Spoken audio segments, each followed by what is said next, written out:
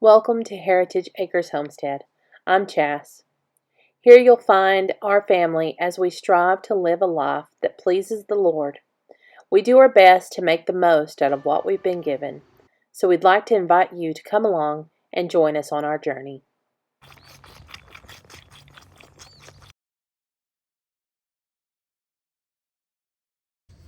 Good morning, y'all. We are going to start a new project, and it's one that I've had kind of on the back burner of my brain for a good long while now, and I'm very excited about it. The video is sort of going to be out of sequence. I've already had it going for a couple of weeks now, but I'm coming on here to kind of film the intro right now. So back when my children were small and my homesteading dreams were big, I wanted to do all the things. Like there was hardly any. Like, this was way before the blogs became super popular, definitely before YouTube and Instagram and all those kind of things. This was back when, we're looking at 20 years ago, okay? So, the cat, no cat. So I was dreaming of having this grand homestead with gardens and animals and just all the things. And I had very small children. We didn't have very much money. And so, and my husband really wasn't on board all that much. So I had to do what I could do and just kind of make do. So he built me a couple of beds. We had a few chickens, and that was it to begin with. So I, just had to just buy my time. Then I came across this idea that I'd been reading about because I would just read all this kind of stuff on the internet. I would Google it, and was Google even a thing then? I would research it. Books in the library, all those kind of things. And I learned about vermicomposting. That was something we could do.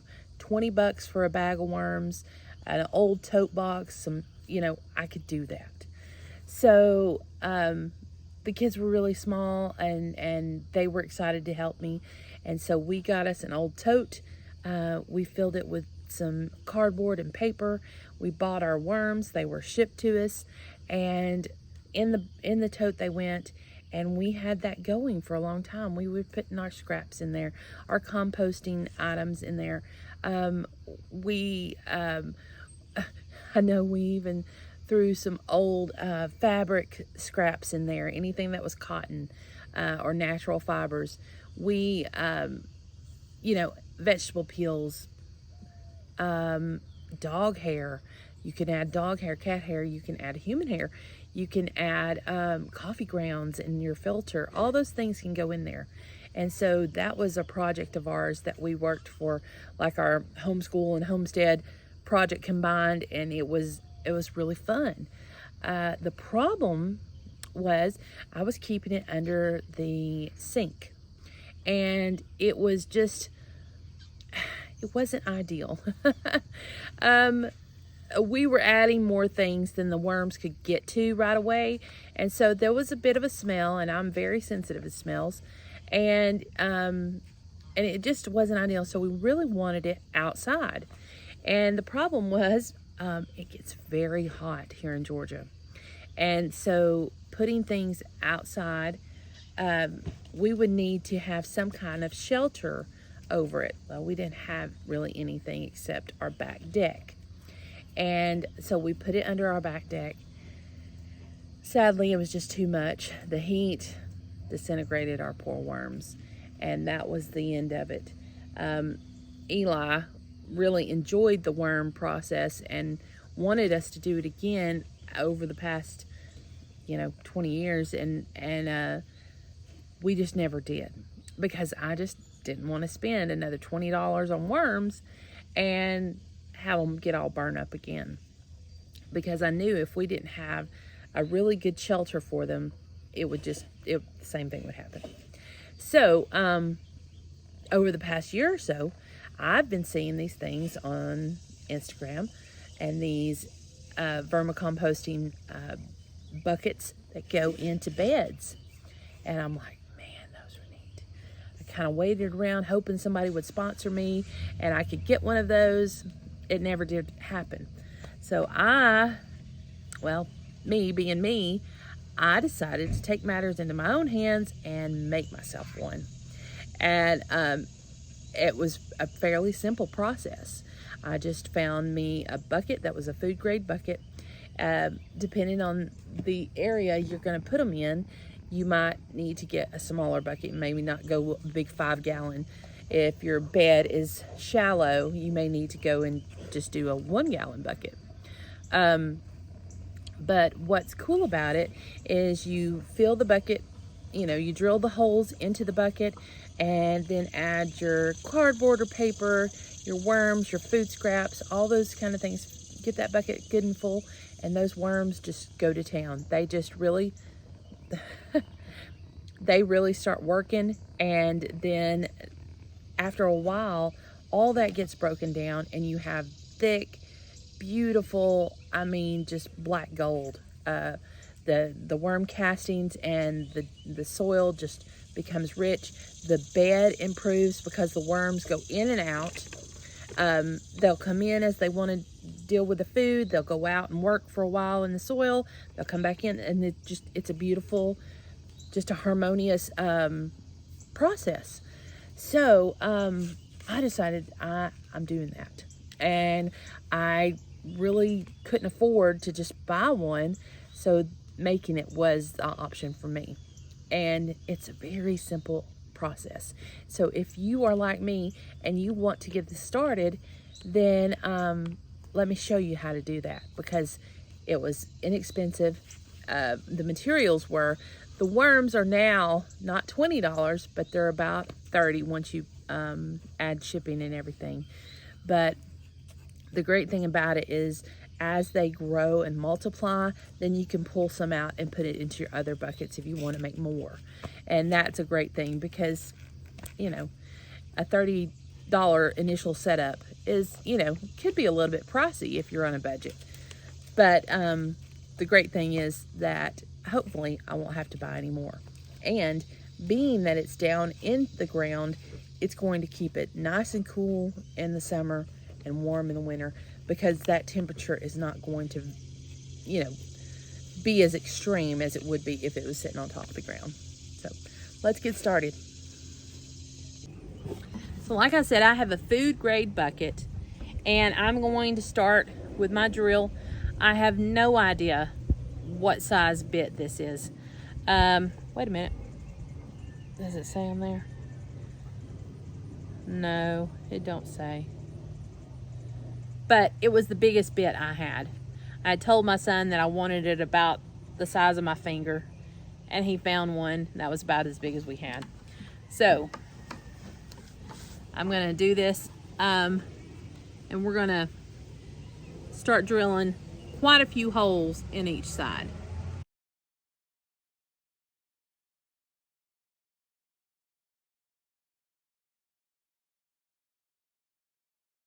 All right, so we're here in the garden, and you could do this with a much smaller bucket.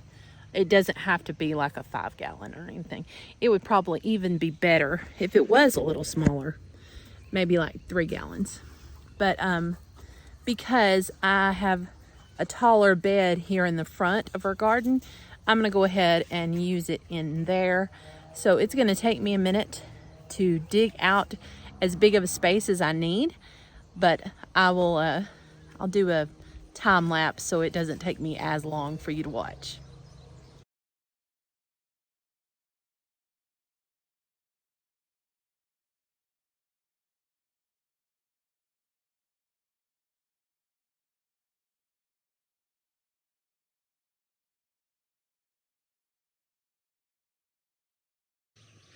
Ooh, that took a little bit more work than I anticipated. Again, go for a smaller bucket. You don't have to have a big one. I should have learned from my mistake. And it is still hot, even though, thank the Lord, it's cooled down quite a bit. It's still quite warm out here. And of course, humid. So now, let's fill in around the bucket. Let me show you.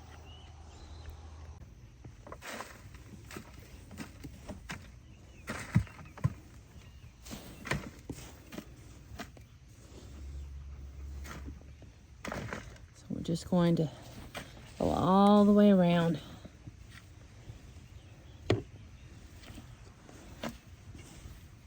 Getting our soil back around. And it is going to stick up a little bit. It doesn't look like I got it down deep enough so that the lid's going to be even with the soil, but that's okay. Again, if you're smarter than me, then you'll get a smaller bucket.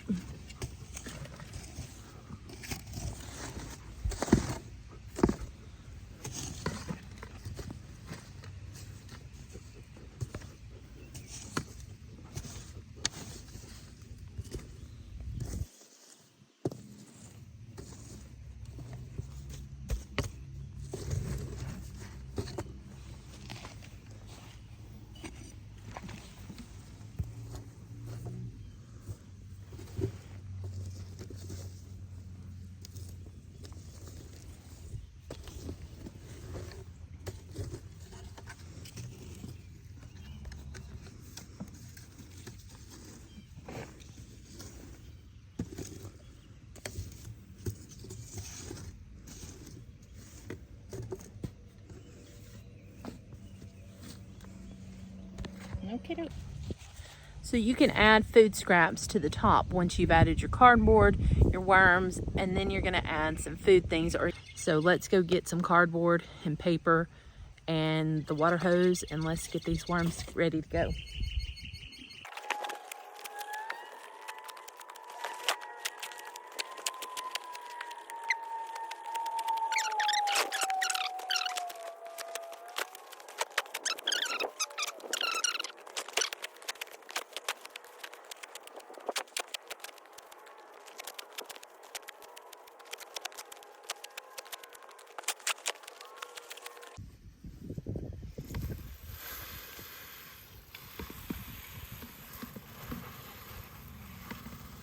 Hello, Muck.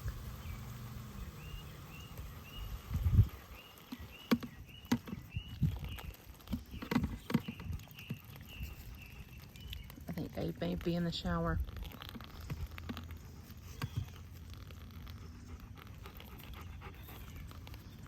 Well, that's wet enough. All right, now let's open our worms. I'm going to dump them out here so you can see. Check those out. And there's amounts that you can buy. This is supposed to be 250. So now I'm gonna add these rascals right into the compost bucket.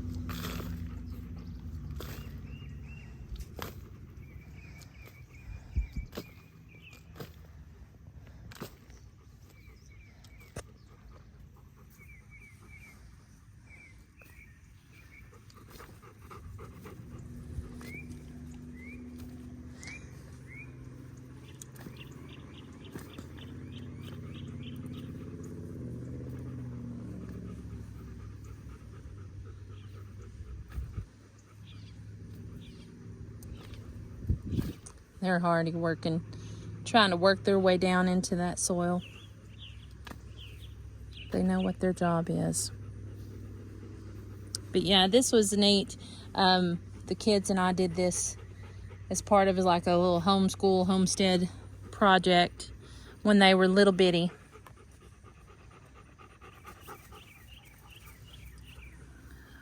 We did this when they were very young, and so it's a neat thing to start doing it again.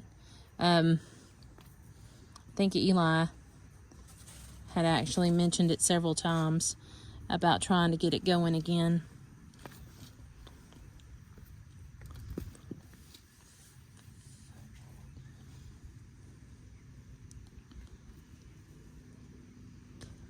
think that's the most of them.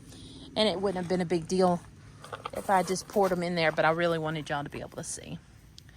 All right, so we've got them in there, and now it's just gonna be a matter of feeding them. So I'm gonna go and get some feed out of the compost bucket and toss it in there and let them get to work. Look at that one right there, y'all. It's already worked its way up the side and working itself out into the soil.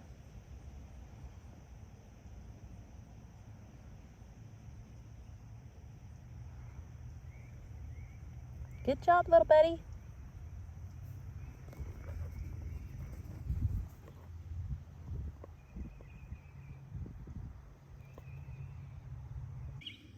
It's the next morning.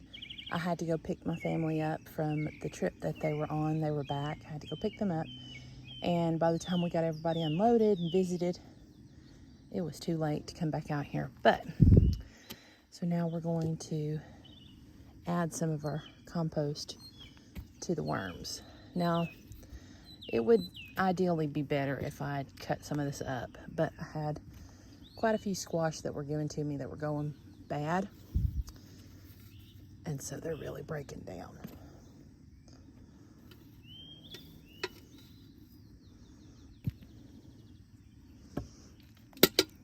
Add some more water.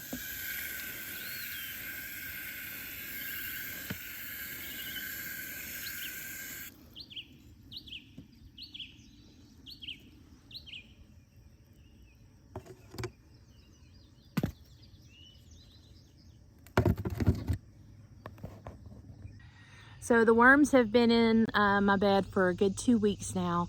They're really breaking down the food. It's remarkable how fast they can break things down.